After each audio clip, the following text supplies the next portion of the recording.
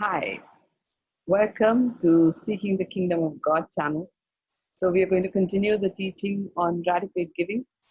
I've been wondering ever since we started teaching on radical giving that this is going to be a long haul because the Bible is filled with instances where God gave radically and without scrounging or scrimping, without accusing people. He gave it to them. So it is going to be a long, long series. So I think we should get used to that. At least I'm going to get used to that. And with the, with the grace of God, I'm sure you'll also get used to listening to something that is going to take a long time. But each episode or each edition of this teaching is going to be complete in itself. So wherever you jump into the teaching, you will still be blessed. That's the thing that I can be sure of because God is a blessed God and He blesses people who are willing to take time and listen to Him and willing to take time and explore uh, what he has done. So today we'll get into the story, continue the story of the Israelites. Now we are looking at giving, God's giving to not just one person or two persons or a family. We're looking at a God who gives to nations. Okay, so how does that apply to you? It doesn't mean that when God is giving to a nation, He doesn't give to the individual. It's the individual who counts as much as the nation does. Our God is a personal God. He sent Jesus for you and for me. So that means to say, when I come to God and to receive Jesus Christ, He's not going to treat me as one of a group of people. He's going to treat me as an important person myself because the body and blood of Christ was given for me, not for me in a group of people, for me specifically by name. In fact, there's a verse in the Bible which says that He has called you by name and He knows you by name. In fact, He's formed you in your mother's womb with intention. He knows every bit of you. We have also seen before that He knows our thoughts even before we think them. So He is a very personal God. So just take whatever you hear that He does for a nation. Just take it. If He will do it for a nation, He will do it for me. Okay. So that is the thing that we're going to look at today. How He blessed the nation of Israel even before they moved into a land where they could be formed into a nation, even before that, how He blessed them. So we are actually going into the book of Exodus. So before we start reading in chapter 16, we will be, I will be talking about things that happened. When they left the land of Egypt, it's like they didn't go too far away before the king of Egypt decided he had made a big mistake. He suddenly realized his nation was bereft of all slaves. There was nobody in his kingdom to do his work, and neither did his subjects in his kingdom, his citizens. They didn't have anybody to do their work for them. So they were suddenly without any slaves, without anybody to help them out in their work, without any employees. They had gotten so used to exploiting the people of Israel as slaves and employees that they had stopped doing any work themselves. Okay, so they were really blessed as long as Israel was there with them, even though they were their slaves. So now he suddenly realized that there was nothing that he could do. He probably wouldn't even didn't even have somebody to take his, uh, you know, uh, take his cup away from him or whatever. So then he decides, okay, I can't have this. I want to get my servants back. I want to get my slaves back. So he puts his army together and sets off behind them to drive them back to his kingdom and enslave them again. But then God does not do anything in half measures. When He does things, it's complete, and nobody can stand in His way. So the sooner we get used to that and we believe in it, the better for us. He will bless us as we believe that truth is true for us as well. So when the king of Egypt set out behind them, there are, uh, the people of Israel panic. And when they panic, Moses assures them that they don't need to because God is with them. And God makes His presence felt to them visibly. How? In the just as the Pharaoh and his army is approaching them, between the people of Israel and the army of Egypt, a wall of fire just comes up. During the day, it's a wall of cloud, which is impenetrable. Have you heard of an impenetrable cloud? This was impenetrable not because it was a hard cloud, it was the glory of God. When the glory of God stands in front of you, if you go near it, all that will happen to you is you will disintegrate into so many pieces. The only way you can enter that cloud is by the blood of the Lord Jesus Christ. So they couldn't get past that cloud. In the night, it was like a wall of fire or a pillar of fire. In the daytime, it was a cloud, a pillar of cloud. So, but that still didn't, still didn't take them to where they needed to go. They needed to go to a place called Canaan. Remember, Canaan was the land that was promised to Abraham, that his people would live in. That's where they had to head. But in front of them was the Red Sea, and behind them was Pharaoh and his army. So, so it is like being caught in between a rock and a hard place. Okay, so that's exactly how they felt. Now they cried out to Moses again, and Moses in turn cried out to God. So God tells him to use the staff that was given to him way back the first time when he is called by God to set the people free. He asks him to hold that, staff up. Staff is a stick. Hold that stick up, and when he holds it up, the Red Sea, it's not just a lake or a river. We're talking about a sea. The Red Sea parts right in front of him, and parts, and the people can see a route in front of them that they can travel through the sea. So the sea has parted in such a way that there are two walls of water. In between the two walls of water, there's a way. Now, if that isn't awesome, if that isn't mind-boggling, I don't know what is. I have no idea if you've seen the movie The Ten Commandments. If you've seen it, in the movie it looks very artificial because you can't really recreate something so awesome, something so naturally done by God. But they try their best, and it is still awesome. Even in the movie, it is still awesome. Even with the graphics that were not as marvelous as the graphics that we have today, which almost are realistic, uh, it's still awesome. So that's what happens. The Red Sea parts, and this is not just in the movie, this is in the Bible. So you can read it. I'm not cooking this up, I'm not making this up. I'll put the reference for you below as when I'm editing the video. So you can see that it is actually there in the Bible. So when they cross over, they are, as soon as they finish crossing over, the sea comes back. The the parting stops, the parting of the sea stops, and the sea comes back into its place. And Pharaoh's army is now away from the Israelite people by the breadth of the sea. They can't cross the sea like the Israelites crossed. The Israelites crossed on dry ground. They didn't get their feet wet when they crossed the Red Sea. Whereas now, with the sea was back, there was no way that Pharaoh and his army could cross over. In fact, as they are trying, as the Israelites are trying to cross, are, are in the process of crossing the sea, the Egyptians, the cloud moves from in front of them. The cloud departs because the cloud is following the people of God. So the cloud goes along with the people. So when the crowd departs from in front of the Egyptians decide if the Israelites can cross the Red Sea, so can we. So how foolish is this God? He has made a way for his people, but he's also left the way wide open for us so that we can attack his people. So let's do this. Let's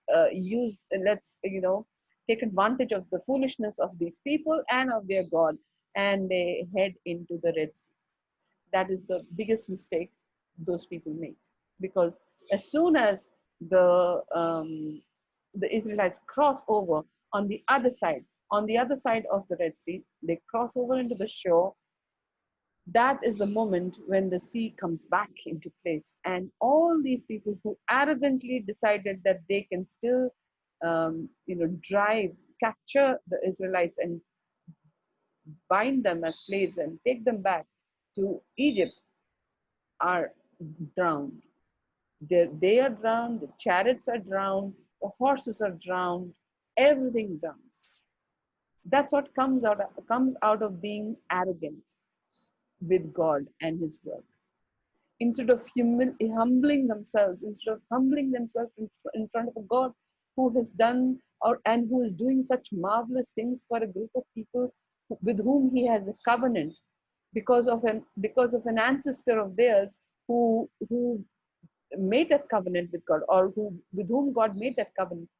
He honored that covenant, and because that by covenant, agreement is a very mild word and a very temporary word. Agreements are broken easily, covenants are not. Covenants are kept till death. So that was the kind of relationship God had with his people, and he was honoring that every time, and he was honoring that with miracles, signs, and wonders. And instead of humbling themselves in front of such a God and asking him to be their God as well, they say, they are arrogant and say, we won't tolerate this. We want those people back. We want them to serve us. We are going to have them. I don't care how great your God is. I'm going to get them back. Now that doesn't work, does it? Especially in front of God. Right. Anyway, so they bear the consequences of their arrogance, and they are drowned. Many of a large part of the army of Pharaoh is drowned, and the Pharaoh has to go back without any slaves. He has to head back to his country.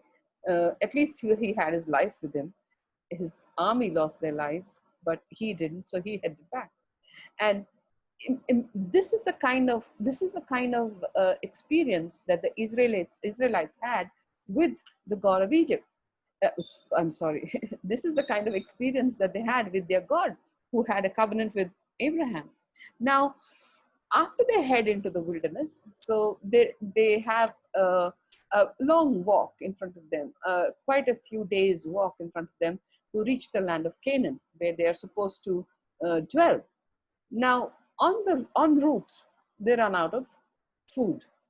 Okay, they run out of food, and instantly, uh, it's like if the Pharaoh and his army were arrogant, the Israelites were stupid. I'm sorry, we are stupid. I'm talking about the Israelites. I'm also talking about us. Even when we believe in Jesus, even then we are sometimes stupid because we do things that show that we don't understand who we have started to believe. We don't understand him, and we do stupid things. So they did stupid things too. So they started complaining to Moses. They didn't realize that without them even asking to be released from their slavery, God had honored his relationship with Abraham and freed them. They didn't realize the number of miracles that they had been privileged to see till then were all because of a good, kind God. So when they came to a point where they felt need, they felt a need, they felt hunger. Instead of thinking that this Almighty God, who saved us from such danger, who saved us from a life of slavery, and now has set us free and made us come together in such a way that now there's nobody who can tell us what we should do. We can be free in the company of this God. And they had been experiencing that freedom ever since they got out of Egypt. Moses, during that time, had been teaching them, and I'm sure had been telling them about this God and who he is. And despite all of that, despite the miracles, despite the uh, awesome and phenomenal escape from Egypt that they had, despite all of that, they were uh, the minute they felt hunger and realized they had run out of food that they had brought from Egypt, instead of asking him, instead of praying to him, instead of submitting to him and believing that he will provide for them, he who had taken care of their lives would take care of their needs as well. Instead of doing that, they complained to Moses. And Moses tells them, why are you complaining? Why are you doing that? We can ask God. So let's actually read this part instead of trying to remember it from memory. Let's do this. It's found in Exodus chapter 16, and we're reading it from verse 1. And they journeyed from Elim, and all the congregation of the children of Israel came to the wilderness of Sin. The Sin is the name of the place, which is between Elim and Sinai.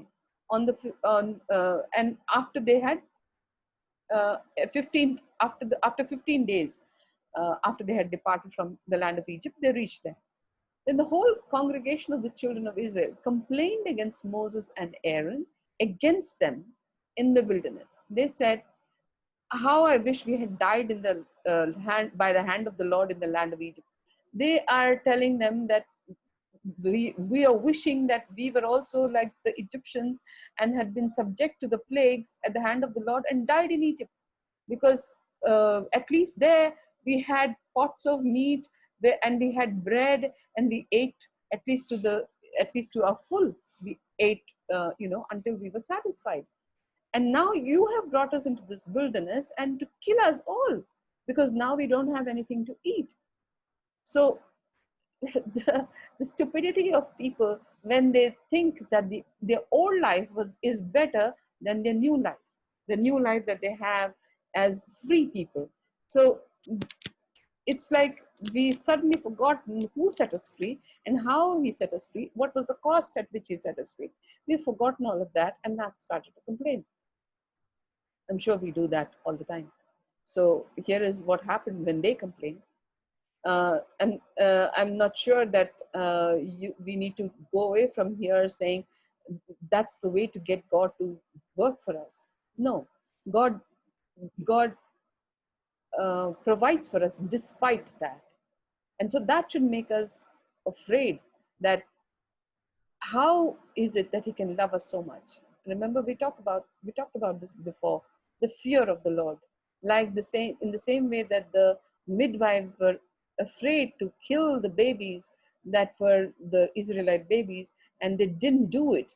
Like that, we should be worried about complaining against a God who does so much for us, so that instead of complaining against him, we'll wait and wait for his provision, and he will come through for us very strongly. So what happened? The Lord said to Moses, behold, I will rain bread from heaven for you.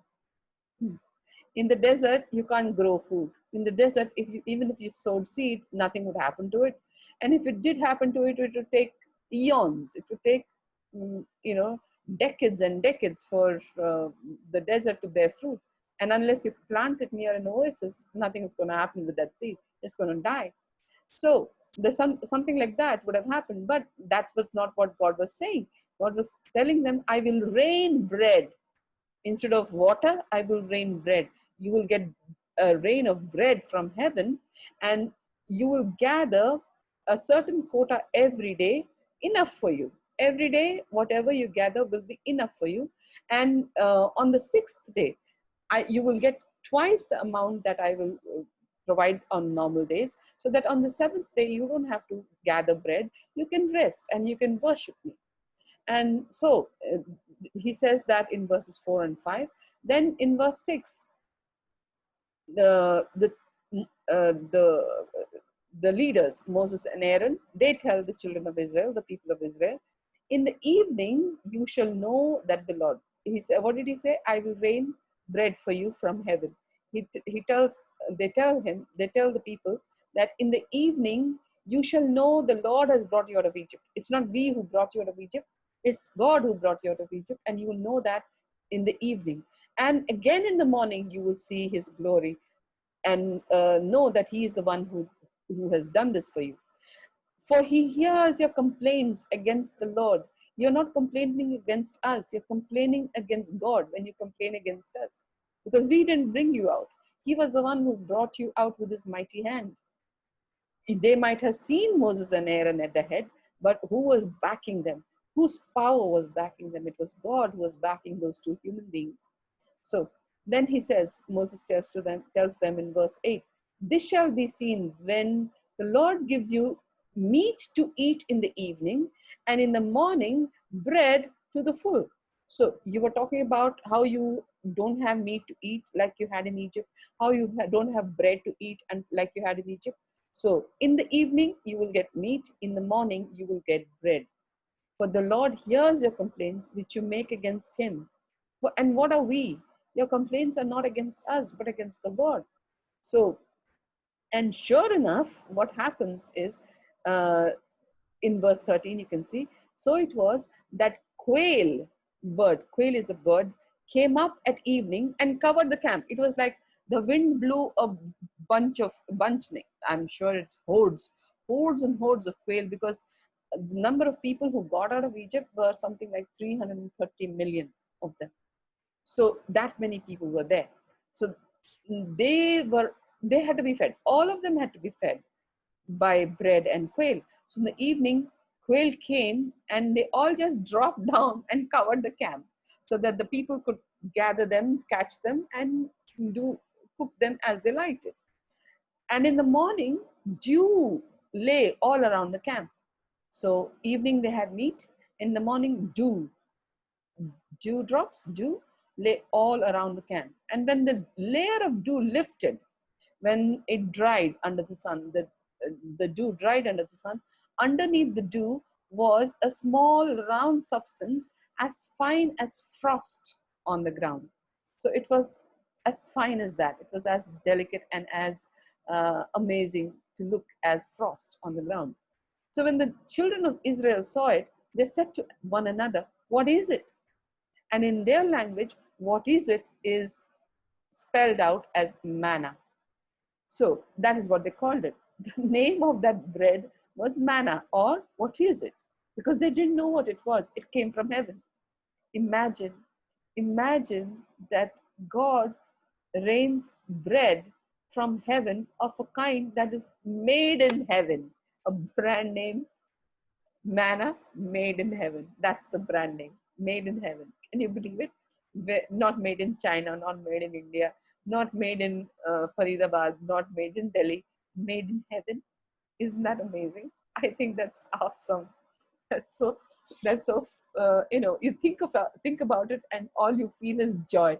It's not a funny thing. It's joyous to be cared for so much by your Father in heaven that He would give you manna. Okay, so that is what they got. And do you know how long they had it? For different reasons, the people of Israel had to spend 40 years in the desert. They needn't have, but because, like I said, people are stupid. We are all stupid. We don't realize how we should relate to God, and we do things and say things which don't help us in our journey in Him, rather they hinder. So because of all those hindrances, they spent 40 years in the wilderness, in the desert. And they had this manna every day,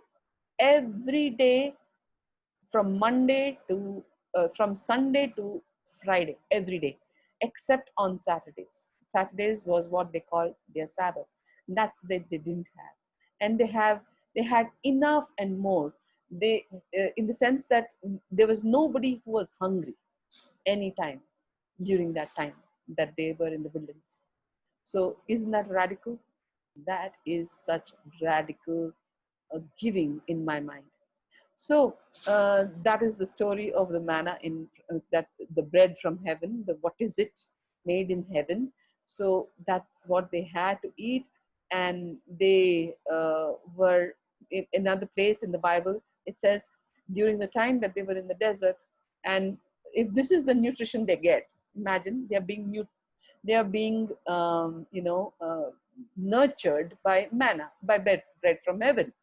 So what was the result of that? The result of that the children grew up very healthy. The people who were born in Israel at the time they left Egypt, they grew up very healthy, and somehow the the value of the bread that they were eating was permeating their clothes and their outfits. None of them wore their shoes out. Neither did their clothes become short. For 40 years, their clothes grew with them, their shoes grew with them. They didn't need shoes, they didn't need clothes for those 40 years. Why? One, because they were in the presence of God all through that time, and because they ate from Him, they ate what He gave. So, what He gave became nourishment inside them, and that nourishment penetrated their clothes and their shoes. They never grew out of it. The clothes grew with them, the shoes grew with them, they didn't wear out. Yeah, I think that is outstanding. That's amazing. So that is it for today. I think that's the best, example of every day. I come to a point when I can say, "This is the best. This is the best." So now I have many bests. I'm sure you do too. So this is one of the best instances of radical giving that I have come across. Okay, so if you feel blessed by this, and if you find that this God is awesome, you've started to believe in that Jesus Christ is awesome, and you would like to do what He says, and you'd like to do what He says in the New Testament when He comes, when He tells you to give, not not hold back, to give away all that you have so that you can feed the poor and propagate His cause, to give to His cause, to give to the poor around you. If you feel that to do that, do it. You will not be shortchanged by God. You will get back enough, more, and abundantly so much more. You will not be able to contain the blessings. Your houses will not be enough to contain the blessings that come from Him when you give. Even if you give a tenth of what you earn, that too will bring blessings that will not be, that will you will not be able to contain them in your house. That is the kind of blessing. And we are talking about not just spiritual blessings, that's they are coming too, but we are talking about material blessings. You will not have room enough to fit them all in. So go ahead and feel free to give because God is faithful. He is faithful. You see that. Every time we read the Bible, you can see that. And if you feel led to give to this channel, please feel free to do so. And the way to give to this channel would be PayTM or PhonePe to 93554711129. And when you do give, write to me at stkogchannel2020 at the rate of gmail.com and let me know your email ID so that I can send you a free ebook for your gift to the channel. Thank you very much. Have a great day. Bye-bye.